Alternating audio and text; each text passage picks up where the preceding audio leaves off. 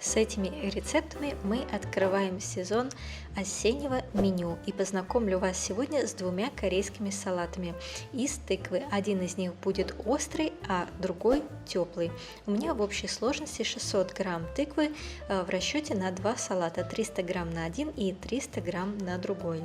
Нам нужно прежде всего, конечно же, помыть тыкву и затем ее почистить. У меня в общей сложности ушло пол тыквы такой среднего размера. Почистив тыкву, я нарезала ее по форме такими средними кусками. И обратите внимание на форму этих кусков, потому что подберите заранее, какой из них будет удобный для каждого вида нарезки, который мы будем использовать.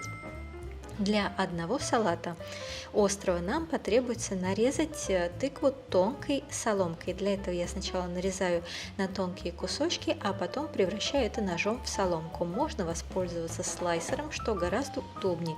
И если получится нарезать тонко в стиле жульен, то очень хорошо. Если нет, то не страшно. Для второго типа нарезки нам нужно будет просто нарезать тыкву кусками среднего размера и достаточно тонко. Так мы нарезаем ее для теплого салата. После того, как мы получили два типа нарезки, одну для острого салата, это соломка, и вторую для теплого салата, просто нарезали тонкими кусками среднего размера, теперь нам нужно будет посолить и то, и другое. Соль 1/3 часть чайной ложки для каждой из типов нарезки. Посолив, мы все это хорошо перемешиваем. Все это мы делаем для того, чтобы тыква дала воду и стала мягкой, чтобы выгнать из нее жидкость. Мы даем настояться тыкве 10 минут.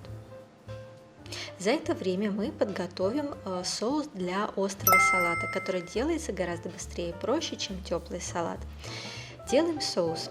Потребуется молотый чеснок в объеме 1 столовой ложки. Думаю, так вы тыкву еще никогда не ели. И далее молотый красный перец чили в объеме 1 столовой ложки или полустоловой ложки, если сильно острый не едите. И добавляем сахар 2 столовые ложки. После этого также добавляем рыбный соус 1 столовую ложку. В данном случае, в данном рецепте лучше этот ингредиент не пропускать. Теперь мы хорошо перемешиваем соус до однородности, и через 10 минут тыква могла дать воду, а могла и нет, но тем не менее все равно она станет достаточно гибкой и мягкой. Мы должны будем промыть ее в холодной воде и затем дать ей отечь и по возможности обсушить, например, кухонным бумажным полотенцем. После этого закладываем туда прежде подготовленный соус и смешиваем соус с тыквой. Советую, конечно же, пользоваться для этого кухонными перчатками, потому как руки может жечь от перца.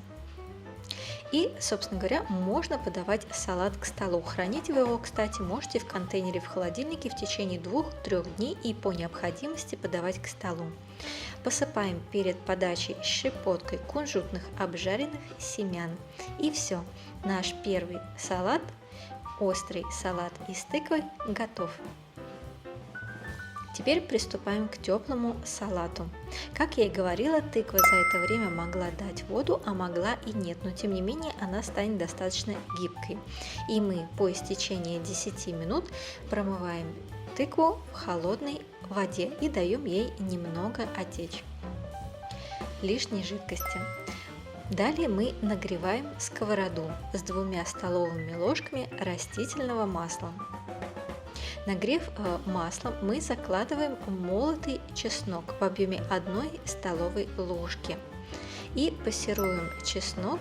Когда почувствуем сильный запах чеснока, то время закладывать тыкву. Заложив тыкву, мы жарим ее на среднем огне, все время помешивая. Когда тыква будет готова, мы добавляем кунжутное масло. Кунжутное масло нам потребуется в объеме 1 столовой ложки.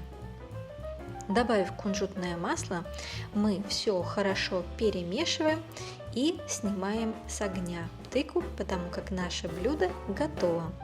Его можно есть как в теплом виде, поскольку это теплый салат, так и в холодном.